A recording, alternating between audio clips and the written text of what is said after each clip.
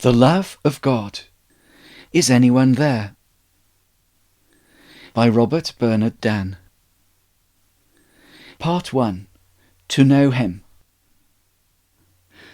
It's a strange and perhaps a universal experience that when things go really well, people who normally have no interest in God will feel profoundly thankful. We may not know who to thank or how to express thanks, and yet are undeniably thankful. And when things go wrong, people with no religious commitment will speak as though God is somehow involved. He enters our personal consciousness when things happen that we've not planned and cannot control. Most of the time we keep him out, but then for a brief instant we count him in. Why is this? Could it be that we really know more than we claim to believe? Do we understand more than we think? For each of us, there are moments when we wonder about God. Such a feeling may quickly pass and leave no trace. Or it may raise a flag suggesting something to think about when time allows. It may awaken a definite desire to know the truth. It may even mark the first step in an urgent quest that will not rest until fully satisfied. Belief in God is a personal thing. We do not like to trespass on the holy ground of another person's faith. We may not find it easy to talk about our own. At the same time, a friend who is willing to be vulnerable and speak shyly of their trust in God may touch our heart and bring great comfort when we need it most. Our beliefs make us the people we are, affecting all we say and do, our priorities, our attitudes and responses. We have serious questions about life and death, and especially about God. Does he exist? And if he does, what is he like? Does he care about us? And if so, can we make contact with him? Often we're afraid to ask someone who might know. The culture we live in does not encourage us to talk about these things. There seems to be a conspiracy of silence. Yet all around are people who believe in him and draw great strength from their belief. Surely they would welcome our interest.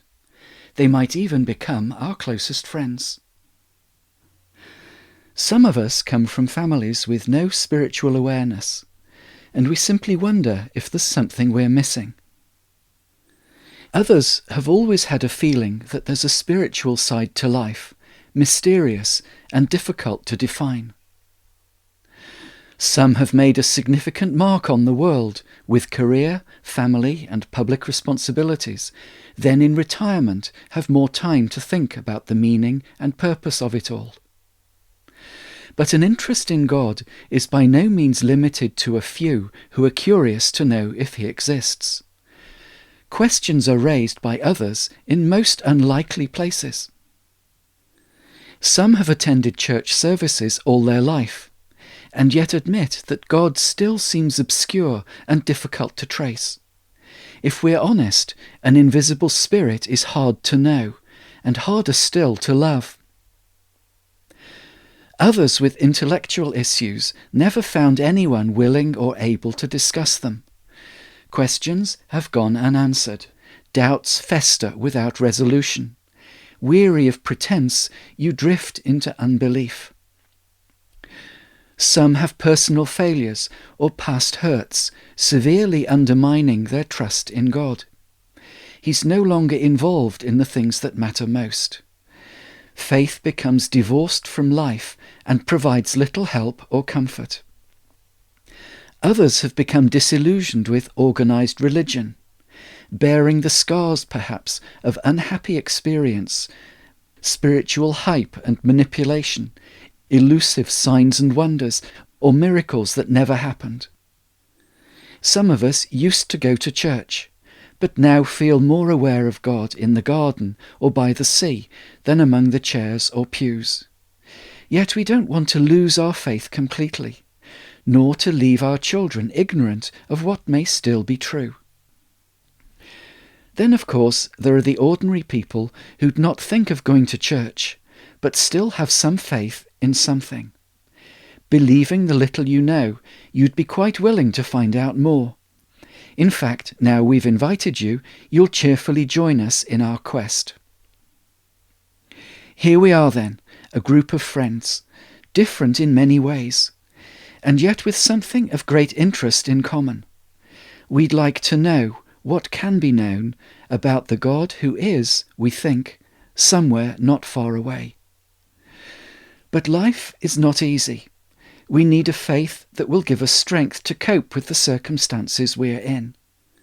Too often we feel restless and unhappy. We might wonder, if God is there, is he willing to give us any help? We live in an unsettled world.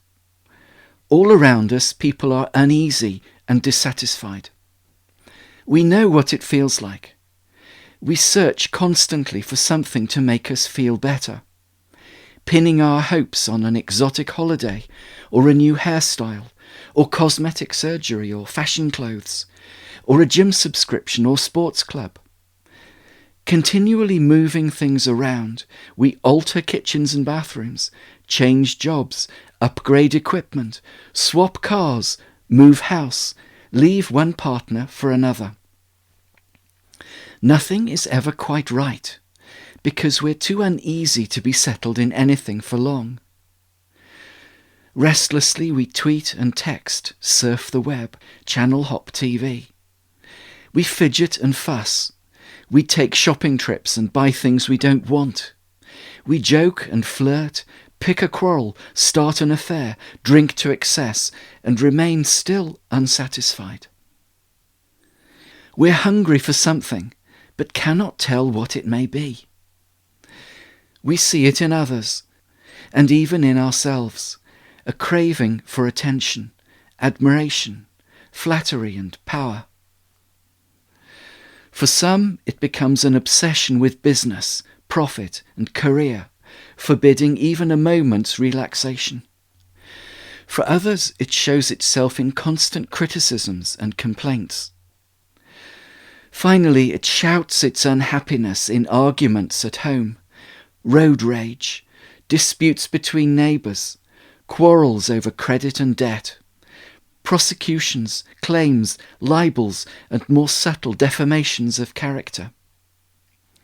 Someone has said, 3/4 of the ill nature of the world is caused by the fact that the soul without God is empty and so out of rest. As Augustine long ago observed in his prayer to his Maker, "You made us for yourself, and our hearts find no peace until they rest in you." Here then is our starting point. You have some honest belief in God, though perhaps much less than you might wish.